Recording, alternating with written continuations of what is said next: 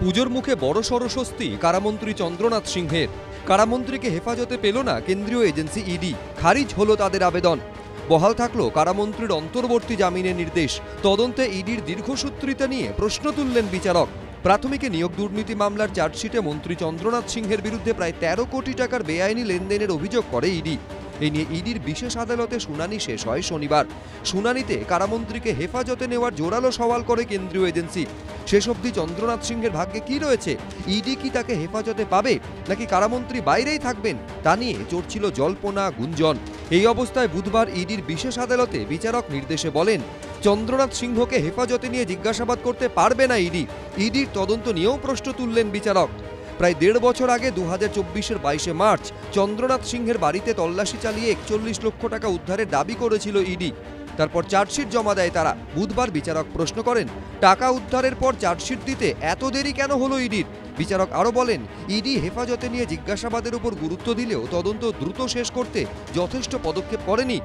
তল্লাশিতে টাকা উদ্ধারের এতদিন পর চার্জশিট জমা দেওয়ার বিষয়টি হেফাজতে নিয়ে জিজ্ঞাসাবাদের যুক্তিতে সায় দেয় না। মনে হয় না যে হেফাজতে নিয়ে জিজ্ঞাসাবাদের কোনো প্রয়োজন আছে।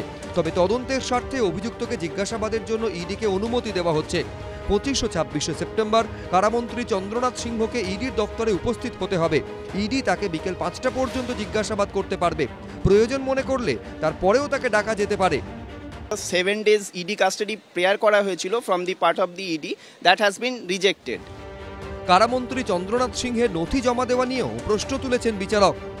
আমি প্রথম থেকে সহযোগিতা করে এসেছি। নথি তো আমাকে যেটা চেয়েছিল আমি সবই দিয়েছি। কালকে আমি যাই, তারা কি চাইছেন দেখি। আমি জানি না যে আমি কি অন্যায় করেছি, হয়তো টেকনিক্যাল কিছু ভুল থাকতে পারে।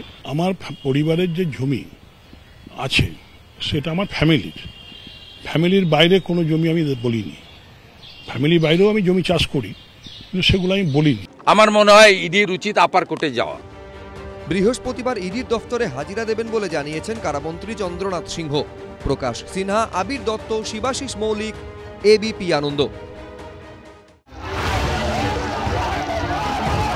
উৎসবের আবহে যখন মাততে চলেছে গোটা রাজ্য, তখন বছরের পর বছর চাকরি না পেয়ে ফের রাস্তায় চাকরি প্রার্থীরা। শুকনো মুখ, চোখে জল, চাকরি চেয়ে জুটল পুলিশের লাঠি। নোটিশটা দিন স্যার, আমরা আর পারছি না।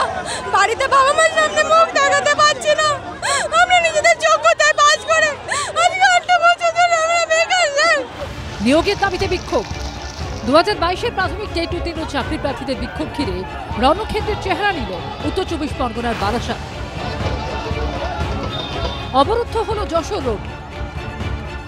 বিক্ষোভে জেরে আটকে পড়েন দমদমের তৃণমূল সাংসদ সৌগত রায়, পানিহাটির তৃণমূল বিধায়ক নির্মল ঘোষ। 3 বছর কলকাতার বুকে আন্দোলন করছি, মাননীয়ার কাছে একটাই অনুরোধ, পর্যাপ্ত ভ্যাকান্সি সহকারে আমাদেরকে বাঁচান। বুধবার বারাসাতের রবীন্দ্র ভবনে তৃণমূল শিক্ষা সেলের একটি অনুষ্ঠান ছিল। সেখানেই বিক্ষোভ কর্মসূচি ছিল 2022 প্রাথমিকে টেট উত্তীর্ণ চাকরি প্রার্থীদের একাংশের। অভিযোগ, পুলিশ বিক্ষোভকারীদের রবীন্দ্র ভবনে ঢুকতে বাধা দেয়। তখন তারা যশোর রোড অবরোধ করেন।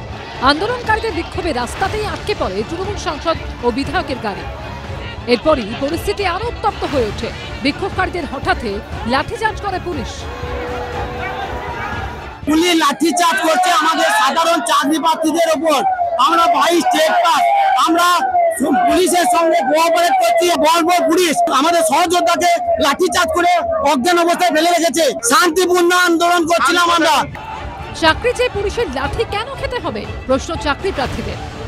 প্রশ্নটা হচ্ছে, আজকে শিক্ষকদের ব্যাপার বা শিক্ষক নিয়োগের ব্যাপার, সেটাকে নিয়ে এই বিশৃঙ্খলা তৈরির চেষ্টাটাই বুঝিয়ে দিচ্ছে যে এই শিক্ষকরা তারা কিছুতেই, তথাকথিত প্রতিবাদী শিক্ষকরা তারা চাইছেন না যে এর একটা কোনো কিছু সুষ্ঠু ব্যবস্থা হয়।